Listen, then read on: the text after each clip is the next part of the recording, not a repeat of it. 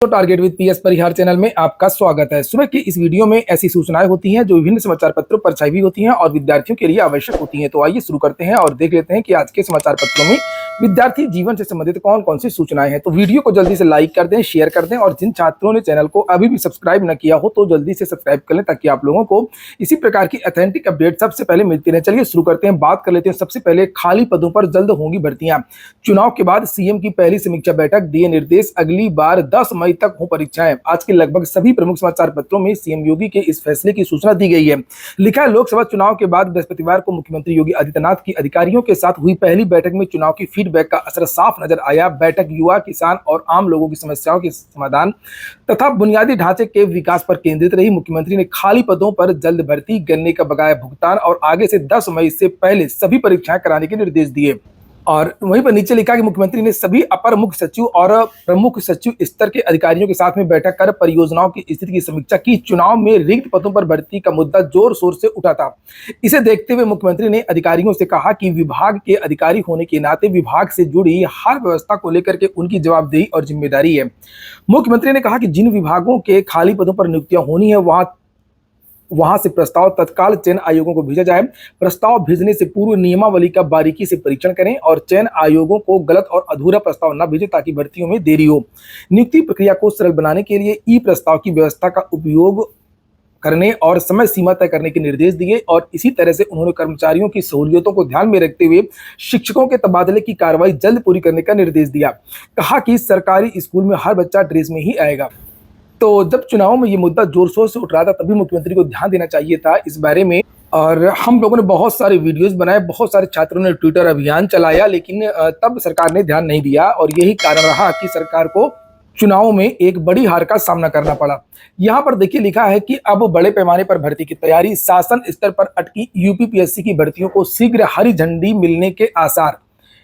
चूंकि उत्तर प्रदेश लोक सेवा आयोग में एलटी ग्रेड शिक्षक भर्ती, खंड शिक्षा अधिकारी की भर्ती और स्वास्थ्य शिक्षा अधिकारी की भर्ती, पीसीएसजे का विज्ञापन, एई का विज्ञापन, बहुत सारे जो भर्तियां हैं उसका अधियाचन आ गया है। जीडीसी की वैकेंसी भी है लेकिन विज्ञापन नहीं निकाले जा रहे हैं। तो उसकी यहाँ पर बात हो रही है कि यूपीपीएससी की भर्तियों को शीघ्र हरी झंडी मिलने के आसार। इस बार लोकसभा चुनावों में भर्तियों और पेपर लीक का मुद्दा छाया रहा। यूपी में भाजपा को लगे तगड़े झटके के बाद अब बड़े पैमाने पर भर्तियां शुरू करने की तैयारियां की जा रही हैं। उत्तर प्रदेश लोक सेवा आयोग ने जहां वर्ष 2024 का संशोधित कैलेंडर जारी कर दिया, वो भी चुनाव बाद जारी हुआ है। वहीं उत्तर प्रदेश शिक्षा सेवा चयन आयोग अगस्त के अंत या सितंबर की शुरुआत से लंबित पड़ी भर्तियां शुरू कराने जा रहा है। देखिए, मैंने आपसे बहुत पहले कहा था, जब समाचार पत्रों के माध्यम से जानकारी दी जा रही थी कि टीजीटी पीजीटी की परीक्षा जुलाई या अगस्त में होगी, तो मैंने आप लोगों से कहा था कि नहीं, ये परीक्षाएं अक्टूबर और नवंबर के महीने में होंगी, अक्टूबर नवंबर के पहले नहीं होंगी। आज भी मैं ये बात आपसे कह रहा हूं कि टीजीटी और पीजीटी की परीक्षा अक्टूबर या नवंबर माह के से ही हो सकती है। खैर, धीरे धीरे सही यहाँ पर देखिए सही सूचना लेकर के आ रही है। अगस्त के अंत या सितंबर की शुरुआत से लंबित पड़ी भर्तियां शुरू कराने जा रहा है। एक तरफ आयोग ने संशोधित कैलेंडर में पीसीएस 2024, सम्मिलित राज्य कृषि सेवा परीक्षा 2023, आरओ एआरओ प्रारंभिक परीक्षा 2023, अपर निजी सचिव परीक्षा जैसी महत्वपूर्ण भर्तियों के लिए परीक्षाओं की तिथियां घोषित कर दी। वहीं दूसरी ओर शिक्षा सेवा चयन आयोग ने अगस्त के अंत के सितंबर की शुरुआत में अशासकीय महाविद्यालयों में असिस्टेंट प्रोफेसर के 1017 पदों पर 2 साल से लंबित पड़ी भर्तियों के लिए परीक्षा कराने की तैयारी कर ली है। और इसके अलावा अशासकीय माध्यमिक विद्यालयों में सहायक अध्यापक टीजीटी, प्रवक्ता पीजीटी के 4163 पदों पर भी 2 साल से भर्ती लंबित पड़ी है, जिसके लिए आवेदन की प्रक्रिया अगस्त 2022 में पूरी हो चुकी है। और इस भर्ती के लिए 13 लाख से अधिक विद्यार्थियों ने आवेदन किए हैं। असिस्टेंट प्रोफेसर भर्ती के बाद टीजीटी पीजीटी की परीक्षा कराने की योजना है और यह परीक्षा भी इसी साल कराने की तैयारी है। अब यहाँ पर टीजीटी के बारे में नहीं बताया गया, केवल असिस्टेंट प्रोफेसर भर्ती के बारे में बताया गया कि अगस्त के लास्ट में, सितंबर के महीने में। साथ ही प्राथमिक विद्यालयों में 6 साल बाद शिक्षक भर्ती के लिए विज्ञापन जारी करने की तैयारी है। एक बहुत बड़ी अपडेट है प्राइमरी के विद्यार्थियों के लिए कि अब प्राइमरी की वैकेंसी भी आएगी। कल इन विद्यार्थियों ने एक बड़ा ट्विटर अभियान भी चलाया था। मैंने भी इन विद्यार्थियों के लिए कल बहुत सारे ट्वीट किए थे, बहुत सारे वीडियोज भी मैंने डाले थे ट्विटर पर। तो अब देखने वाली बात यह है कि ये बात चुनाव के बाद में जैसे हमेशा से इस तरीके की सूचना मिलती है या नए साल की शुरुआत में इस तरीके की सूचनाएं मिलती हैं कि इस साल आएंगी बम्पर भर्तियां, और चुनाव के बाद में इस तरीके की सूचनाएं आती हैं, या ऐसा ही रह जाएगा। और अगर कुर्सी प्यारी होगी भाजपा को 2027 के विधानसभा चुनाव को देखते हुए, तो निश्चित तौर पर भारतीय जनता पार्टी को विज्ञापन निकालना ही होगा। खैर, और ये जो कुछ भी हुआ है विद्यार्थियों की एकजुटता की वजह से हुआ है, विद्यार्थियों के संघर्ष की वजह से हुआ है। नीचे यहाँ पर लिखा, भर्तियों की जांच के नाम पर भी मिला धोखा। प्रतियोगी छात्र संघर्ष समिति के मीडिया प्रभारी प्रशांत पांडे का कहना है कि भर्तियों की जांच के नाम पर भी अभ्यर्थियों को धोखा मिला। फंसी 5 भर्तियों के भी शुरू होने के आसार। उत्तर प्रदेश लोक सेवा आयोग को कई भर्तियों के रिक्त पदों का अधियाचन मिल चुका है, लेकिन पाठ्यक्रम संशोधन, स्क्रीनिंग परीक्षा से संबंधित नियमावली, परीक्षा योजना आदि को शासन से मंजूरी मिलने के बाद ये भर्तियां अटकी हुई हैं और इनमें प्रमुख रूप से राजकीय विद्यालयों में सहायक अध्यापक LT ग्रेड की बात हो रही है। राजकीय महाविद्यालयों में असिस्टेंट प्रोफेसर, खंड शिक्षा अधिकारी सम्मिलित राज्य अभियंत्रण सेवा परीक्षा जैसी भर्तियां शामिल है। आप लोगों ने वीडियो को शेयर ना किया हो तो शेयर अवश्य कर दें और वीडियो को लाइक तो कर ही दिया करें, और जो नए छात्र तो चैनल को सब्सक्राइब भी कर लें, ताकि आप लोगों को उत्तर प्रदेश लोक सेवा आयोग, उत्तर प्रदेश अधीनस्थ सेवा चयन आयोग और नया शिक्षा सेवा चयन आयोग की सारी अपडेट्स मिलती रहे। यहाँ पर UPSSC के बारे में भी लिखा हुआ है। UPSSC की भर्तियां भी वर्षों से यहाँ पर लंबित है। ये देखिए, उनकी यहाँ पर बात भी की गई है और विद्यार्थियों ने जबरदस्त दबाव बना लिया है अपनी एकजुटता की वजह से। और लिखा, शिक्षा निदेशालय ने शुरू कराई रिक्त पदों की गणना। उच्च शिक्षा निदेशालय ने अशासकीय महाविद्यालयों में असिस्टेंट प्रोफेसर के रिक्त पदों की गणना शुरू करा दी है। जून में बड़ी संख्या में शिक्षक रिटायर हो रहे हैं और महाविद्यालयों से रिक्त पदों के बारे में जानकारी मांगी जा रही है। रिक्त पदों की गणना के बाद निदेशालय की ओर से उत्तर प्रदेश शिक्षा सेवा चयन आयोग को नई भर्ती के लिए अधियाचन भेजा जाएगा। तो TGT PGT की असिस्टेंट प्रोफेसर भर्ती की नई वैकेंसी भी आनी है, तो उसके लिए भी तैयारियां चल रही हैं और जो नई वैकेंसी वो आप लोगों को अगले साल देखने को मिल सकती है। राजकीय इंटर कॉलेजों में प्रिंसिपल के 554 पद खाली हैं। प्रदेश भर के 554 राजकीय इंटर कॉलेजों में प्रिंसिपल के पद खाली हैं। इन पदों को भरने के लिए शासन स्तर से पहल नहीं की जा रही है। इसमें से अधिकतर पद पदोन्नति से भरे जाने हैं, लेकिन उसके लिए करीब 8 वर्ष से डिपार्टमेंटल प्रमोशन कमेटी यानी कि DPC की बैठक नहीं हुई है। बताया जा रहा है कि पदोन्नति का प्रकरण कोर्ट में लंबित है। कोर्ट का फैसला आने के बाद में ही आगे की प्रक्रिया की जा सकती है। जो पद सीधी भर्ती की हैं वो भरे जा रहे हैं और जो सीधी भर्ती होती है वो उत्तर प्रदेश लोक सेवा आयोग से होती है। STF ने शासन को सौंप दी है सिपाही भर्ती पेपर लीक मामले की रिपोर्ट। सिपाही भर्ती परीक्षा का पेपर लीक होने के मामले में जांच कर रही STF ने अपनी रिपोर्ट बीते दिनों शासन को सौंप दी है। इसमें पेपर लीक करने वाले गिरोह के सदस्यों की गिरफ्तारी और वांछितों के बारे में उल्लेख करने के साथ ही सुरक्षा में हुई चूक का भी विस्तार से जिक्र किया गया है। लिखा है कि STF की मेरठ यूनिट पेपर लीक से जुड़े एक मुकदमे की अभी विवेचना कर रही है। सूत्रों के मुताबिक STF को अभी पेपर छापने वाले प्रिंटिंग प्रेस के मालिक से पूछताछ करनी है। हालांकि वह पेपर लीक होने के बाद अमेरिका जाने के बाद वापस नहीं आया है। STF की मेरठ यूनिट प्रिंटिंग प्रेस के मालिक के अहमदाबाद स्थित पते पर 3 नोटिस भी भेज चुकी है। लोक सेवा आयोग पर फिर से बट्टा लगा है और कई तरीके के आरोप, एक तो पेपर लीक हुआ है और एक अंदर से घोटाले की चर्चाएं हैं। मामला कोर्ट का है। कल मैंने वीडियो भी बनाया था, कल के समाचार पत्रों के माध्यम से जानकारी भी दी थी। एक छात्र का आरोप है कि उसकी जो कॉपी है उसमें किसी दूसरे की लिखाई है और उसके कुछ पेज भी फाड़े गए हैं। PCSJ के अभ्यर्थी ने हाईकोर्ट में लगाई गुहार तो कॉपी तलब की गई। लोक सेवा आयोग की साख पर फिर सवाल और लिखा, लोक सेवा आयोग की साख पर एक बार फिर से प्रश्न चिन्ह लगा है। एक बार फिर बड़ी भर्ती परीक्षा में कॉपी बदलने का आरोप लगा है। इससे पहले विधानसभा चुनाव 2017 के पहले ऐसा ही मामला सामने आया था। अब लोकसभा चुनाव 2024 के बाद कॉपी बदलने का मामला सामने आया है। अभ्यर्थी श्रवण पांडे ने PCSJ 2022 की मुख्य परीक्षा में हैंड राइटिंग बदलने और उत्तर पुस्तिका के कुछ पन्ने फाड़ने का गंभीर आरोप लगाया है। इस पर हाईकोर्ट ने आयोग को अभ्यर्थी की उत्तर पुस्तिका प्रस्तुत करने का निर्देश दिया है। तो ये बहुत बड़ा आरोप लगाया है। छात्रों के बीच में भी चर्चा है कि उत्तर प्रदेश लोक सेवा आयोग में जैसे एक प्रकरण 2015 में हुआ था, मैंने कल बताया भी था आप लोगों को, सुहासिनी वाजपेयी की जो कॉपी है वो बदल दी गई थी। सुहासिनी को फिर बाद में इंटरव्यू में वो फेल हो गई थी। ऐसा ही होता है, ज्यादातर जो लोग वो इंटरव्यू में बाहर हो जाते हैं। और लिखा कि विधानसभा चुनाव 2017 के दौरान सुहासिनी का मुद्दा प्रधानमंत्री नरेंद्र मोदी ने वाराणसी की रोहनिया की रैली में उठाया था। 2017 में उत्तर प्रदेश में सत्ता परिवर्तन के बाद आयोग ने यह स्वीकार किया था कि PCS 2015 की मुख्य परीक्षा में उत्तर पुस्तिकाओं की अदला बदली हुई है। इस अहम परीक्षा में सुहासिनी वाजपेयी और रविंद्र तिवारी को मिले अंक एक दूसरे को आवंटित हो गए थे। RTI के जरिए सुहासिनी ने उत्तर पुस्तिका दिखाने की मांग की थी। इसमें पहले उसे दूसरे की कॉपी दिखाई गई। आयोग सचिव के स्तर तक यह प्रकरण पहुंचने पर जो कॉपी उसकी बताई गई उसमें इतने अंक मिले थे कि वह मेंस में उत्तीर्ण हो गई। 5 माह बाद उसका साक्षात्कार कराया गया, लेकिन वह असफल हो गई। जो आदमी इतना चैलेंज करेगा लोक सेवा आयोग को, तो वो इंटरव्यू में कैसे पास हो सकता है। तो फिलहाल इसी तरीके का मामला एक नया आया है और इसकी चर्चाएं हो रही हैं आजकल लोक सेवा आयोग के इस कांड की। और यहाँ पर लिखा है कि शिक्षक भर्ती घोटाले में जिले के 3 गिरफ्तार। कुछ दिन पहले जानकारी मिली थी कि TGT PGT में फर्जी तरीके से जिलों में नियुक्तियां की जा रही हैं। खास तौर से कानपुर में ये मामला निकल करके आया था।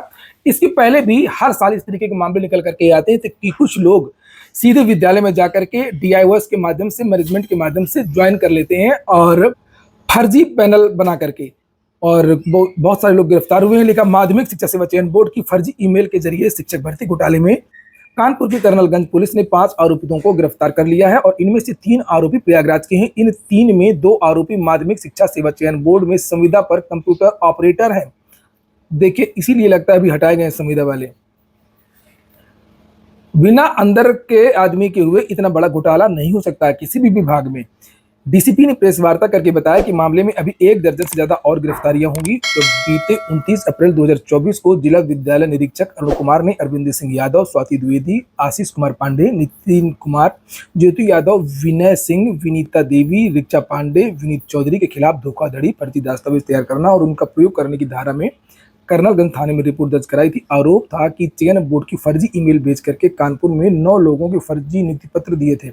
डीसीपी सेंट्रल आरएस गौतम ने बताया कि मामले में एसीपी कर्नलगंज महेश कुमार के नेतृत्व में एसआईटी गठन किया गया और आरोपितों के पास से पुलिस ने 5 मोबाइल फोन और 11,500 रुपये पर। गजब के लोग हैं भाई साहब, गजब के लोग हैं, गजब की हिम्मत है। पेपर लीक आरओ को लेकर के भी कुछ सूचना है। डॉक्टर शरद सिंह खोले का पेपर लीक के खेल का राज। कौशाम्बी जेल से पेशी पर आया डॉक्टर शरद सिंह। मेरठ जेल में बंद राजीव नयन की नहीं हुई पेशी। आरओ भर्ती परीक्षा पेपर लीक मामले के मुख्य आरोपियों की मुश्किल अब और बढ़ने जा रही है। एसटीएफ की अर्जी पर गुरुवार को कोर्ट में सुनवाई हुई और इस मामले में कौशाम्बी जेल में बंद व्यापक घोटाले के आरोपी रहे डॉक्टर शरद पटेल को कोर्ट में पेश किया गया। सुनवाई के बाद कोर्ट ने एसटीएफ की न्यायिक रिमांड की अर्जी मंजूर कर ली है। अब विवेचक कौशाम्बी जेल में जाकर के डॉक्टर शरद सिंह पटेल का बयान दर्ज करेंगे। उससे पूछताछ की जाएगी कि आरओ भर्ती परीक्षा पेपर लीक मामले में उसकी क्या भूमिका थी, गिरोह कैसे पेपर लीक कराता है, इस गैंग में और कौन कौन लोग शामिल हैं, किसकी क्या भूमिका रही है। शरद का बयान दर्ज होने के बाद आरओ पेपर लीक के मुख्य आरोपियों की मुश्किलें अब और बढ़ेंगी। वहीं सिपाही भर्ती परीक्षा पेपर लीक धांधले के आरोप में मेरठ जेल में बंद मेजा निवासी राजीव नयन मिश्रा का भी रिमांड बनना था। उससे भी कोर्ट में पेश किया जाना था, लेकिन किन्हीं कारणवश उसे कोर्ट में पेश नहीं किया गया। मोदी 3.0 एनडीए आज दावा पेश करेगा। लिखा है कि 18वीं लोकसभा में नरेंद्र मोदी के नेतृत्व में राजकीय जनतांत्रिक गठबंधन एक बार फिर सरकार बनाने के लिए शुक्रवार को दावा पेश करेगा। राजकीय जनतांत्रिक गठबंधन की बैठक में शुक्रवार को मोदी को तीसरी बार संसदीय दल का नेता चुना जाएगा। दिन भर बैठकों का दौर रहा, दिन भर चर्चाओं का दौर रहा, दिन भर अफवाहों का दौर रहा। राष्ट्रपति द्रौपदी मुर्मू को गुरुवार को नवनिर्वाचित सांसदों की सूची सौंपते हुए मुख्य निर्वाचन आयुक्त राजीव कुमार की ये फोटो भी है तस्वीर में। बताया जा रहा मीडिया के हवाले से कि 9 जून को हो सकता है शपथ ग्रहण। प्रश्न पत्रों की सुरक्षा बड़ी चुनौती, आयोग ने तैयार की अभेद योजना। चुनाव आचार संहिता की वजह से 2 महीने तक शांत रहे उत्तर प्रदेश लोक सेवा आयोग ने गियर बदल दिया है। आयोग की ओर से जारी शैक्षणिक कैलेंडर में जून से लेकर के दिसंबर तक प्रस्तावित 14 परीक्षाएं प्रस्तावित कर आयोग ने स्पष्ट कर दिया है कि उसका पूरा ध्यान अभी परीक्षाओं के सफल आयोजन पर है। कारण है कि आरओ की परीक्षा का पेपर लीक होने के बाद आयोग प्रश्न पत्रों की सुरक्षा को पहली प्राथमिकता बना करके चल रहा है और इसको लेकर के बीते 2 महीने में कई एहतियाती उपाय किए गए हैं। इसमें प्रश्न पत्रों की निगरानी प्रणाली को काफी मजबूत करने पर काम किया गया है ताकि भविष्य में पेपर लीक जैसे किसी भी असहज स्थिति से खुद को बचाया जा सके। हर माह 2 से 3 परीक्षाएं होंगी, अगर आपने कैलेंडर को देखा होगा। वहीं पर विद्यार्थी बहुत सारी नई भर्तियों का इंतजार भी कर रहे हैं, उसको लेकर के भी सूचना है। जैसे यहाँ पर लिखा, चूंकि नए कैलेंडर में नई भर्तियों को लेकर के कोई जानकारी नहीं दी गई है। पीसीएसजे, खंड शिक्षा अधिकारी, प्रवक्ता राजकीय इंटर कॉलेज, समृद्ध राजवेंद्र सेवा परीक्षा को लेकर के आयुक्त चुप्पी साधे हुए। अभ्यर्थियों का कहना है खंड शिक्षा अधिकारी की आखिरी भर्ती 2019 में आई थी।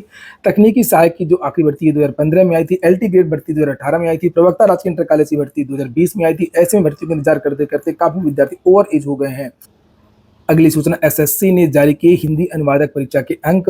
निर्वाचन आयोग ने हटा दी अब आचार संहिता। अब सरकारों को पूरे अधिकार हो गए, सरकार अब काम कर सकेगी, चाहे वो भर्तियों की हो या अन्य कार्य हो। लोक सेवा आयोग ने एक विज्ञप्ति भी जारी की है। एतद द्वारा सूचित किया जाता है कि सीधी भर्ती से संबंधित विज्ञापन संख्या 1 2015-16 पुरानी भर्ती है एएसओ की, उसमें साक्षात्कार में उपस्थित अभ्यर्थियों के प्राप्तांक कट ऑफ अंक आयोग की वेबसाइट पर 6 जून से लेकर के 12 जून तक उपलब्ध रहेंगे। तो जिन विद्यार्थी ने परीक्षा दी हो, साक्षात्कार में भाग लिया हो, तो वो विद्यार्थी कट ऑफ और जो प्राप्तांक वगैरह है वो देख सकते हैं। अगली सूचना बिहार की भी है। अंतिम सूचना है, स्वास्थ्य विभाग में 45,000 रिक्त पदों पर होंगी नियुक्तियां। आदर्श आचार संहिता समाप्त होते ही सरकार ने नियुक्तियों का पिटारा खोल दिया है। बिहार में 10 लाख भर्तियों की बात की गई थी और वहां से लगातार शिक्षक भर्तियों के विज्ञापन देखने को मिले। अभी और शिक्षक भर्तियां निकलेंगी और भर्तियों का जो श्रेय है क्रेडिट को वो वहां के लोगों ने दिया नीतीश कुमार को। हालांकि शुरुआत इसकी तेजस्वी यादव ने की थी, अपने विधानसभा चुनाव में मुख्य एजेंडा इसका रखा था, लेकिन श्रेय मिला क्योंकि सीएम नीतीश कुमार थे। जो भी बातें रही हों, जनता ने जिस तरीके से समझा हो, और मुझे लगता है कि नीतीश कुमार इसको आगे भी कंटिन्यू करेंगे। तो यहाँ पर लिखा है कि स्वास्थ्य विभाग में 45,000 रिक्त पदों पर नियुक्तियां होंगी, और स्वास्थ्य विभाग ने घोषणा की है कि अगले 4 महीने के अंदर डॉक्टर, नर्स आदि के विभिन्न पदों पर ये भर्तियां होंगी। भर्तियों का यहाँ पर विवरण भी लिखा है। दंत चिकित्सक की देखिए बहुत सारी लिस्ट है, इस ईसीजी तकनीशियन, लैब टेक्नीशियन इत्यादि की बहुत सारी भर्तियां हैं। वहीं पर जो गठबंधन की सरकार बन रही है, एनडीए की बात कर रहा हूं मैं, उसमें भी आपको बदलाव देखने को मिलेगा, क्योंकि भारतीय जनता पार्टी पूर्ण बहुमत में नहीं है और गठबंधन में है, और गठबंधन भी ऐसे दलों के साथ में है जो कभी भी छिटक सकते हैं। तो उन्होंने दबाव बनाना शुरू कर दिया है और लिखा है अग्निवीर योजना की समीक्षा होनी चाहिए। कल जनता दल यूनाइटेड, जो नीतीश कुमार की पार्टी है, के नेता केसी त्यागी ने गुरुवार को एक बड़ा बयान देते हुए कहा कि सरकार को अग्निवीर योजना की समीक्षा करने की जरूरत है।